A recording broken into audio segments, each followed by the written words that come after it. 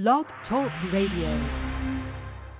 And it's true because on the cover, there she is in a car seat, 2 thumbs up, sunglasses. I'm sure she's Daddy's little girl. There's no doubt.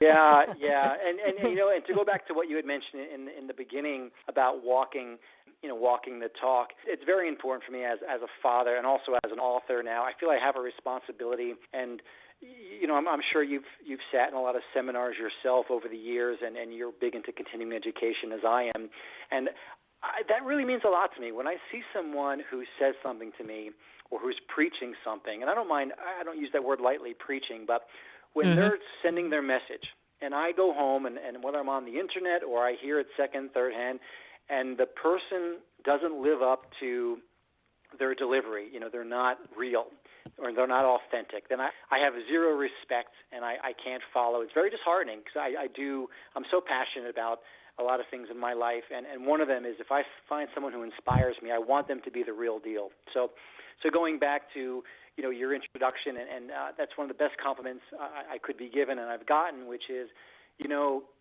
that's you. You're living this book, and I think that the people who have said that my book has helped them, they said it's great to meet you and to see that you're really this person. It helped them get through these things because it was coming from a good place. The advice, the guidance was coming from a good place. So back to being a father with Isabella, I don't just want to preach this stuff to Isabella. I don't just want to say, hey, you need to eat, you can't have we have pizza Mondays here at the house. Like, honey, she knows she can't have pizza Monday until we've done our exercises. She gets that now. So it's nice to see that it's sinking in. And, I think I'm sure you saw the opening quote before the foreword. It's basically about my father.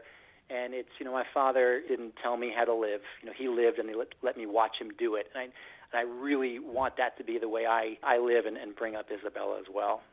I actually loved that quote because that's how it should be, but it so often is not in this world. And integrity is not something that people really look at and think is important as much as it used to be. And to me, it's all you really have. If you don't have your integrity, you have absolutely nothing. So in reading the book, it's written very humbly. It's written in a way that people can resonate with what it is that you're saying. You kind of laugh. There were a lot of times I laughed and I was just smiling and saying, "Oh yeah, okay, this is really," because it is the way of life. It is a way to live, to truly live, so that you are getting the most joy out of life that you can. And that's really our job, because when you give joy to others, you automatically get joy to yourself. And when people give you joy, then you turn around and give it to others. So it's a beautiful, circle. And that seems to be what comes across in the book the most, is that, what you're putting out there, you're getting back, and it shows in the written word. Blog Talk Radio. And I was so grateful to have those people in my life because they just kept me grounded. And because of that, I listened to what they had to say. And boy, it was like having a fortune teller, T. My mother was a huge influence, and she was so nice when I was in my early 20s. She made sure that I had lunch with the 3 most successful people in my town of up in Bergen County, New Jersey. And I learned from these guys, what potential you could have as an entrepreneur. I had no idea the scope of what an individual businessman could do. But because I had lunch with that, I was exposed to that, now I knew. Otherwise, I would only have known what I've seen in the movies as a little kid, and that's not reality, like you say. And so, growing up, I did the same thing. I would be at the gym and in the jacuzzi after a workout, and a bunch of guys who were in their 60s and 70s were retired. These guys knew life because they've lived it already. You know what they were kind enough to do? They said, hey, this is going to happen, this is going to happen, and this is going to happen. And if it hasn't happened yet, don't think it's not going to happen to you, because it just hasn't happened yet. And they would tell me about everything that was coming my way. It was like being able to see in the future. And I knew enough people throughout my life who were 5 years older, 10 years older, 20 years older, and then 40 years older. And when you start trusting the process and you hear and things start happening, because obviously that was a big part of it, a lot of things that my elders would tell me, especially my parents. As I got older, that expression, as the older you get, the smarter your parents get. And my influences, my circle of influence, all these things they were saying were coming true. So guess what? I sought out even more mentors male, female, old, young, all different walks of life, all different talents.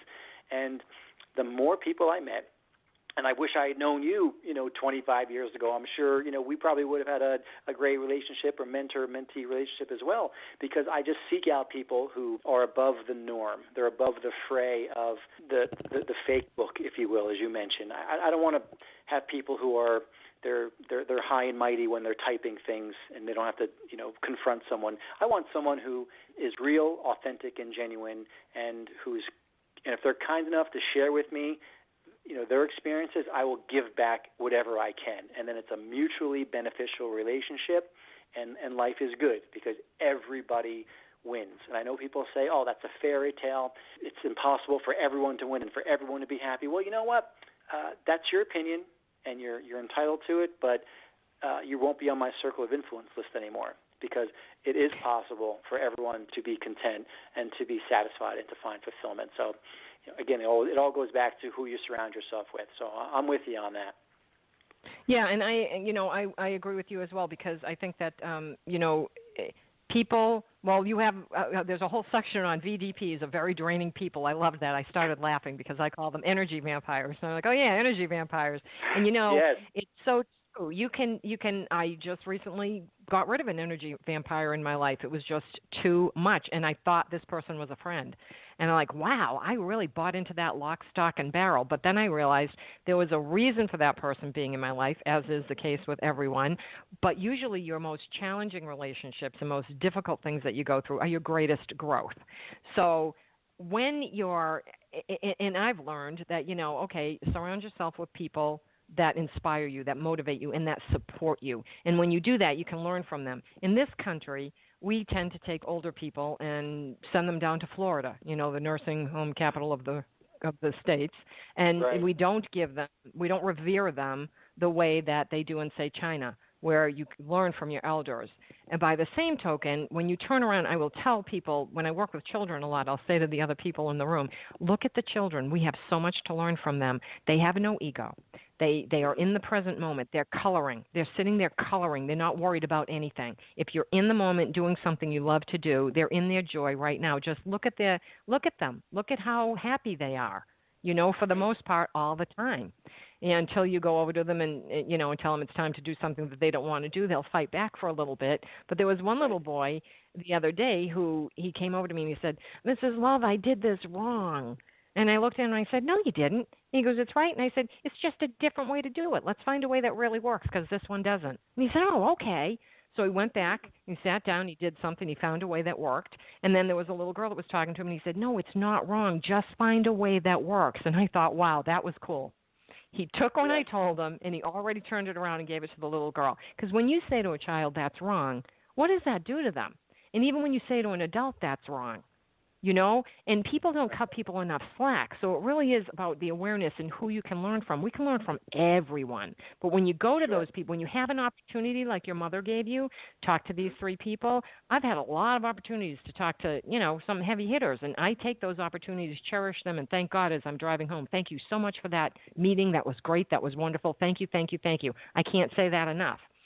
And that's, that's just one way of bringing up your own positivity and knowing that, you can gain from it, but the other people want to help you. Those men wanted to help you. They were giving you information that was really good, constructive, valid information, so that you wouldn't have to go through what they go through. Just like your book, you're trying to give people information to say, hey, if this happens to you, here's something you can do about it.